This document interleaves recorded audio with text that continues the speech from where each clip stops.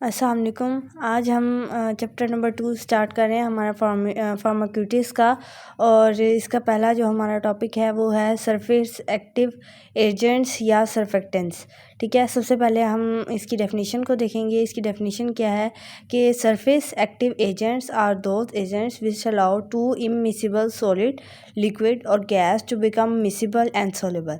Surface active agents क्या होते हैं? ये एक ऐसे एजेंट्स हैं जो कि क्या करते हैं कि अगर फॉर एग्ज़ाम्पल हमारे पास 2 बीकर है, उसमें हम कह देते हैं ये पहला बीकर है और ये हमारे पास दूसरा बीकर है। ये ए बीकर है और ये बी बीकर है। इसके अंदर हमारे पास कोई भी लिक्विड हो सकता है, कोई सॉल्वेंट हो सकता है, कोई भी हमारे पास गैस है या सॉलिड है, और इसके अंदर भी हमारे पास कोई भी लिक्विड, गैस या सॉलिड हो सकता है।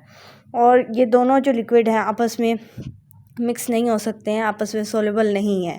ठीक है, और इन दोनों को अगर हमने मिक्स करवाना है, क्योंकि फार्माक्यूटिस में बहुत सी ऐसी ड्रग्स होती हैं जो आपस में सोलेबल नहीं होती हैं, लेकिन हमें उनको आपस में मिक्स करवाना पड़ता है, तो उसके लिए सर्फेक्टेंट्स बहुत अहम रोल अदा करते हैं। अब ये 2 लिक्विड हैं, ये सॉलिड है, ये गैस है, हमने इन दोनों को आपस में मिक्स करवाना है, इनको आपस में डिज़ोल्व करवाना है, एक मिक्सचर बनाना है।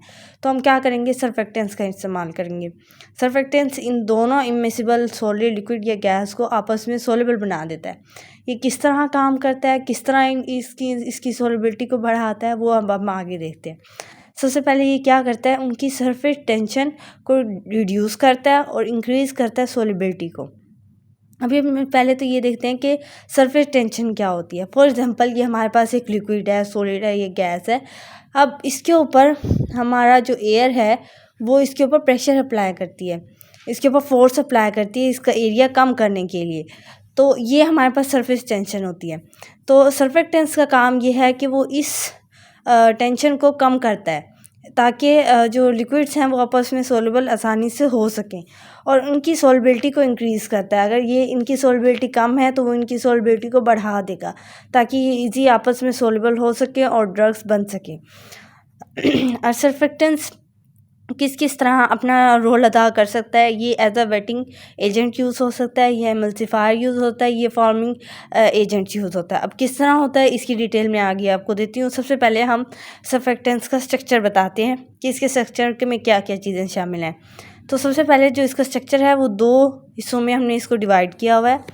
सबसे पहला जो इसका स्ट्रक्चर का पार्ट है वो है हाइड्रोफिलिक पार्ट। हाइड्रोफिलिक पार्ट यानी वाटर लाइकिंग पार्ट। ये ऐसा पार्ट है जो कि वाटर में फ्रीली सोल्युबल हो सकता है। ठीक है, कोई भी हमारे पास सॉल्वेंट है तो ये वाला पार्ट वाटर के अंदर फ्रीली डिज़ोल्व हो जाएगा। एक और पार्ट है हमारे पास सर्फेक्टेंट्स का जो कि है हाइड्रोफोबिक, और इस हाइड्रोफोबिक को हम लिपोफिलिक भी पार्ट कह सकते हैं। और ये पार्ट वाटर हीटिंग होता है, यानी ये वाटर में सोल्युबल नहीं हो सकता है।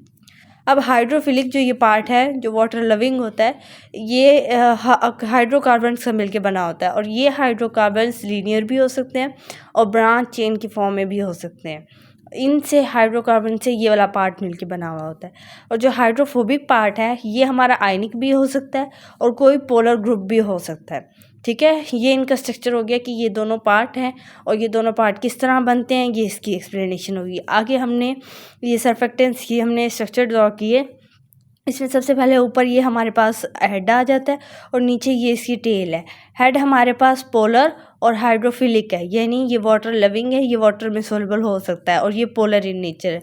और जबकि हाइड्रोफोबिक ये जो टेल है इसकी वो हाइड्रोफोबिक है और ये वाटर में डिज़ोल्व नहीं हो सकती है, ये वाटर हीटिंग है।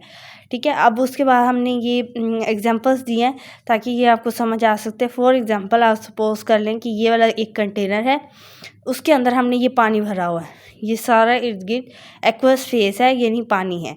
बीच में हमने एक ऑयल का ड्रॉप डाला है। ठीक है, हम जानते हैं, सारों को पता है कि वाटर ऑयल जो है वो वाटर में सोल्युबल नहीं है। ठीक है, ये ऑयल का एक ड्रॉपलेट है। हम देखते हैं कि अगर हम पानी में ऑयल डालें तो उसके ड्रॉपलेट्स साफ हमें नज़र आते हैं पानी के ऊपर तैरते हुए, तो ये ऑयल का ड्रॉप है। ये जो लेयर बनाई गई है एक, ये सर्फेक्टेंट्स की लेयर है। अब आप देख सकते हैं कि सर्फेक्टेंट्स का ये जो पार्ट है ये उसका हेड पार्ट है, और ये head part hydrophilic in nature है, यानी वाटर में सोल्युबल है।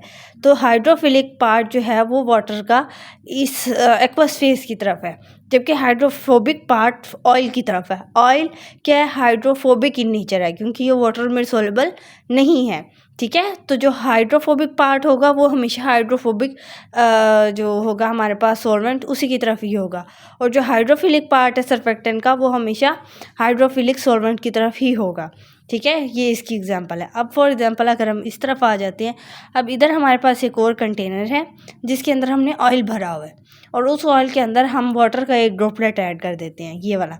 तो जाहिर बात है वाटर के अंदर वो ऑयल के अंदर वो वाटर ड्रॉपलेट सॉल्वेंट नहीं होगा। तो अब क्या होगा कि हमारे पास वाटर का ड्रॉपलेट अंदर की तरफ है, तो जो हाइड्रोफिलिक पार्ट है वो भी वाटर की तरफ फेस करेगा अपना, और जो हाइड्रोफोबिक उसकी टेल है वो ऑयल की तरफ फेस करेगी, क्योंकि ऑयल यहाँ पर हाइड्रोफोबिक इन नेचर है। तो जिसकी नेचर जिस तरह होगी उसी तरफ ही सर्फेक्टेंट्स अपनी जो स्ट्रक्चर है वो चेंज कर लेगा, ठीक है। और इस तरह ये ना जो वाटर के मॉलिक्यूल्स हैं वो इसकी इस तरफ ऐसे अटैच हो जाएंगे, और जो ऑयल के ड्रॉपलेट्स हैं वो इसकी तरफ ऐसे अटैच हो जाएंगी, और फिर ये सर्फेक्टेंट्स अपने आप का सरफेस एरिया रिड्यूस करके इन दोनों के मॉलिक्यूल्स को आपस में मिला देता है, जिसकी वजह से जो इमिसिबल लिक्विड्स भी होते हैं वो आपस में सोल्युबल हो जाते हैं सर्फेक्टेंट्स के ऐड करने की वजह से।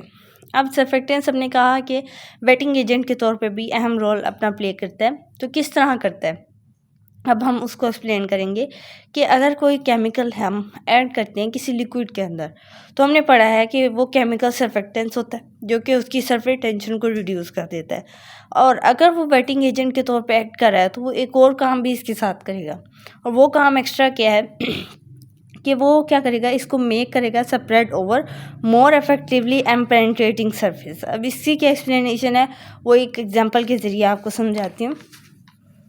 फॉर एग्जांपल हमारे पास एक डिश शॉप है, डिश शॉप जिससे हम लोग बर्तन वगैरह धोते हैं, ये इसकी बेस्ट एग्जांपल है। फॉर एग्जांपल हम लोग खाना खाते हैं, खाना हम जिस प्लेट में खाते हैं तो हम देखते हैं कि फूड के अंदर ऑयल होता है, और वो ऑयल उस प्लेट के ऊपर कोहेसिव फोर्सेस के ज़रिए अटैच हो जाता है, और अगर हम उसे वाटर से क्लीन करने की भी कोशिश करें तो वो ऑयल उसके ऊपर से नहीं उतरता है जब तक हम डिश सोप इस्तेमाल नहीं करते।